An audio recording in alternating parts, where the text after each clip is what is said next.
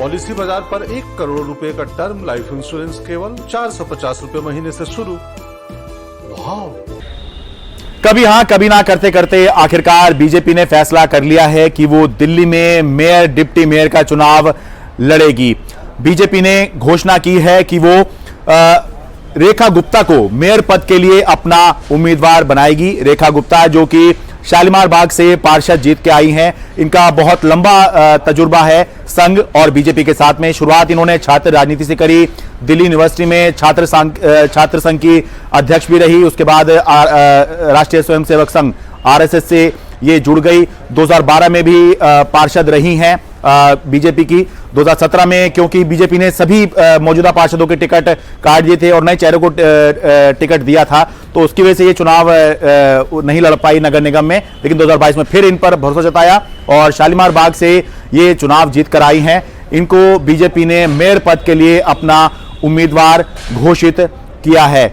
कमल बागड़ी को बीजेपी ने अपना डिप्टी मेयर पद के लिए उम्मीदवार घोषित किया है। ये भारतीय जनता युवा मोर्चा से जुड़े हुए हैं, युवा हैं और पहली बार ये पार्षद बने हैं। पुरानी दिल्ली में बल्ली मारान विधानसभा क्षेत्र है, उसका रामनगर वार्ड है जहां से ये जीत कर आए हैं। तो दोनों जो हैं कैंडिडेट जो हैं बीजेपी ने अनाउंस कर दिए हैं मेयर और डिप्टी मेयर के लिए। साथ ही बीजेपी ने 3 स्टैंडिंग कमेटी मेंबर की भी घोषणा कर दी है।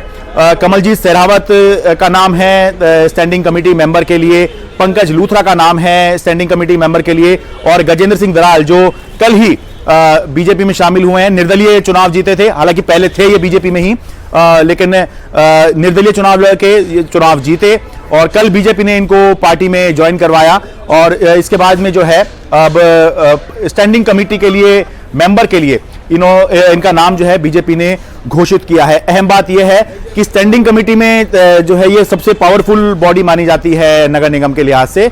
तो 6 मेंबर इसके अंदर होने हैं।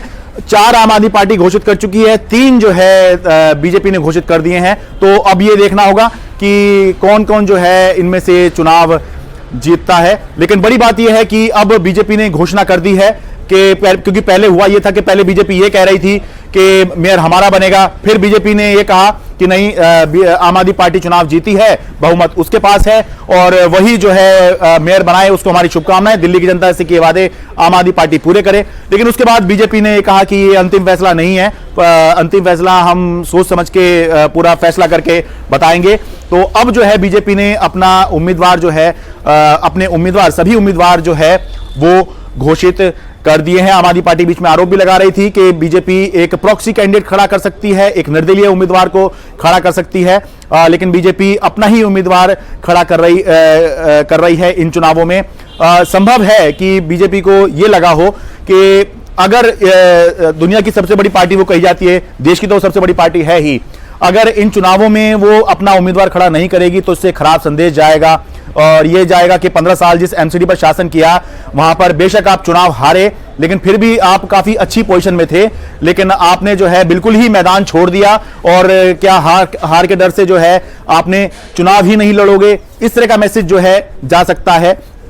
तो इसलिए जो है बीजेपी ने फैसला किया कि कैंडिडेट उतारे जाएंगे, चुनाव लड़ा जाएगा। लेकिन यह बात बतानी जरूरी है कि पिछले कई सालों से जब से मैं एमसीडी देख रहा हूं, विपक्ष में कभी भी जो विपक्षी पार्टी है उसके बाद इतनी बड़ी संख्या में पार्षद नहीं रहे हैं जितने इस बार बीजेपी के विपक्ष में रहते हुए हैं।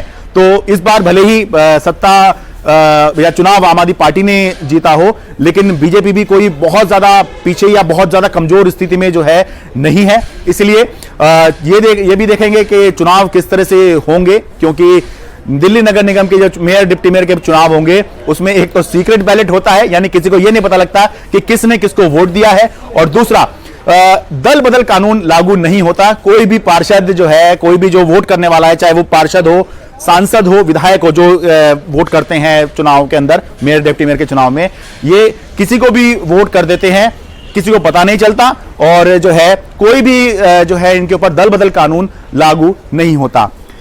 दिल्ली से मैं शरद शर्मा, एनडीटीवी मीडिया।